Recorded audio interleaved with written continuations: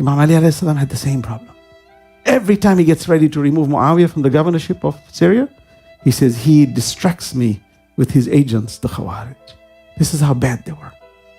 Today, history hasn't changed. The same cycle repeats. And it's amazing.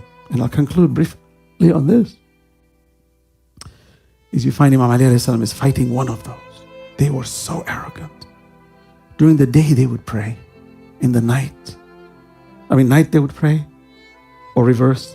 And during the day they would slaughter, butcher. Same. They hold guns. Allahu Akbar. They have the seal of the Prophet on their flags.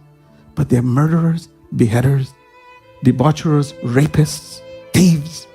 Anything ugly you can think about is under that flag of La ilaha illallah. How disgusting. That's how shaitan works.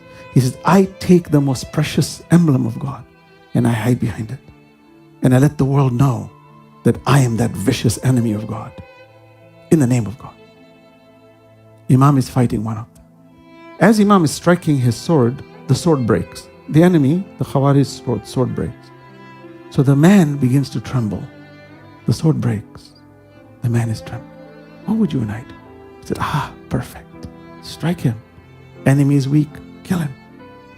Imam gently lowers the sword and looks at him. You know, when I read this story, the whole of Islam comes in front of me. One action, the lowering of that sword is all of Islam. He's got power. He's looking at you. He's saying, yeah, Imam, you're on the battlefield, you're killing. He says, I'm only doing this to stop the cancer. I'm not the cancer. I'm the surgeon. I'm removing it. And this cancer looks at him and is trembling. Dawah.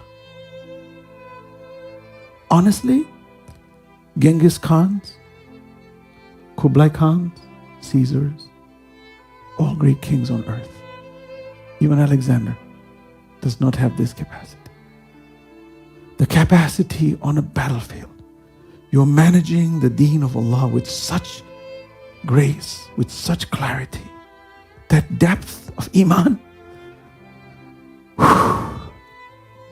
No wonder when he prayed, even a spear, even an arrow could be removed. He wouldn't know it because he's zoned in.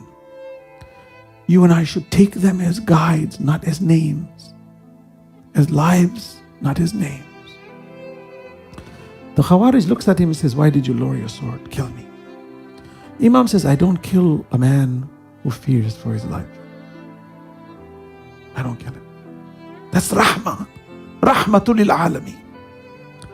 So the man gets bold. He says, I heard you never say no to a beggar. I've heard. Imam says, yes. He says, then give me your sword. Imam gives him the sword. He takes the sword. He said, aha. Imam says, you think it's the sword that kills? This is da'wah on a battlefield. You can make a movie that will be the greatest lesson for humanity. Just this moment. And we have millions of moments like that. We just have to capture them. So the Imam says, do you think it is the sword that kills? My protector is my death, not the sword. That's deep. Meaning when God decrees my death, it'll happen. There's nothing you can do. This Khariji was so impressed with the intrepid nature of the Imam, so focused, that he was stunned. He said, who are you? On the battlefield, you don't shake. I took your sword. You're not afraid? The man gives the sword back. He said, I want to follow you. I want to be your follower. Da'wah. Imam comes to him, puts his hand on his beard, and says, don't follow personalities, follow principles. Imam takes his sword and walks away. Da'wah. Today, we follow that principle.